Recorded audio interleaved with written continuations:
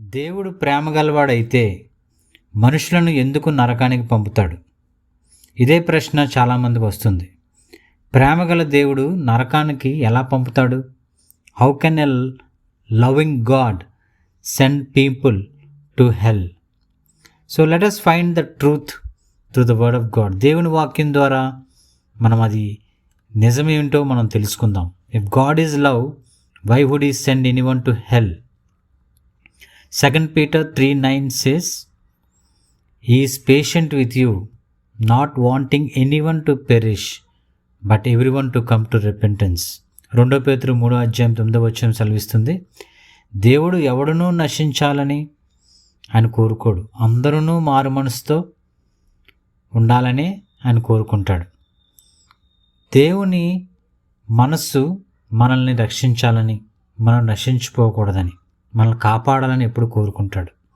God's heart is to save, not to destroy. The desire of God is to save the people from the hell. కానీ ద్యోపదేశ ఖండం 30:19 సెలవిస్తుంది, Deuteronomy 30:19, I have set before you life and death, choose life. దేవుడు మనకి జీవమును మరణమును మన ముందు ఉంచాడు. అది మనము జీవము ఎన్నుకోమని దేవుడు తెలియజేస్తున్నాడు. సో ఆయన మనకు ఫ్రీడమ్ ఇచ్చాడు, ఫ్రీ విల్ ఇచ్చాడు. తద్వారా మనము జీవము మరణము నిర్ణయించుకోవాల్సిన నిర్ణయము మన చేతిలో ఉంది. We need to decide whether to have life in heaven or death in hell. God gave us free will. మన ఎంపికల వల్లే, మన డిసిషన్స్ వల్లే మనం నరకానికి వెళుతామా లేదా నరకాగ్నిని తప్పించుకొని పరలోకం చేరుకుంటామా అనేది అది మన చేతిలో ఉంది. దేవుడు ఎవరిని కూడా బలవంతం చేయడు. రోమపత్రిక 6:23 సెలవిస్తుంది, పాపానికి ఫలితము మరణము, కానీ దేవుని నిత్య జీవము మనకు ఉండాలి అనిపిస్తుంది. అలాగే the wages of sin is death, but the gift of the God is the eternal life. A just judge must punish wrong doing. న్యాయాధిపతి తప్పును తప్పగా శిక్షిస్తాడు. ఆయన అన్యాయం జరుగుతూ ఉంటే, మనిషి పాపం చేస్తూ ఉంటే ఆయన ఊరుకొని చూస్తూ ఉండిపోయే దేవుడు మాత్రం కాదు. ఆయన పరిశుద్ధుడు కాబట్టి ఆయన న్యాయాన్ని, అలాగే తప్పును, పాపాన్ని ఆయన శిక్షిస్తాడు. Imagine a criminal standing before a judge. If the judge ignores the crime, is he good judge? No, right?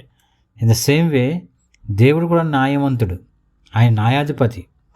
పాపం చేస్తున్న వారిని తప్పక ఆయన న్యాయం తీరుస్తాడు.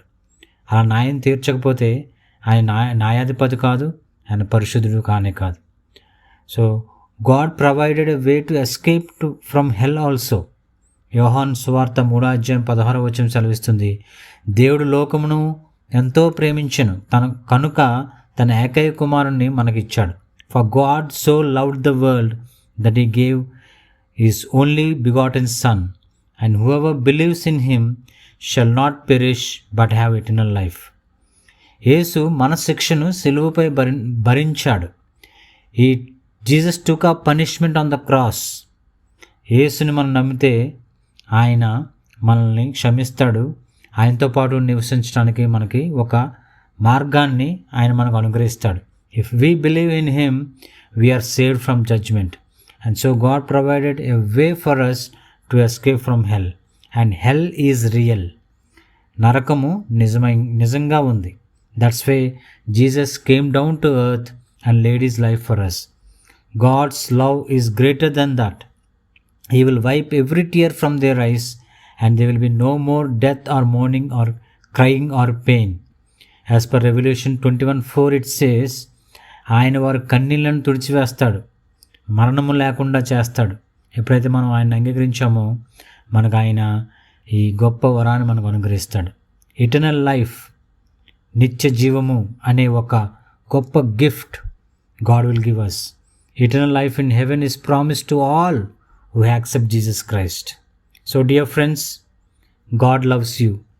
దేవుడు నిన్ను ప్రేమిస్తున్నాడు. He doesn't want you to be lost. నువ్వు నశించిపోకూడదని, నువ్వు పడిపోకూడదని, నువ్వు నరకానికి వెళ్ళకూడదని ఆయన ఆశిస్తున్నాడు. So let's choose life and accept Jesus today and be part of God's Kingdom.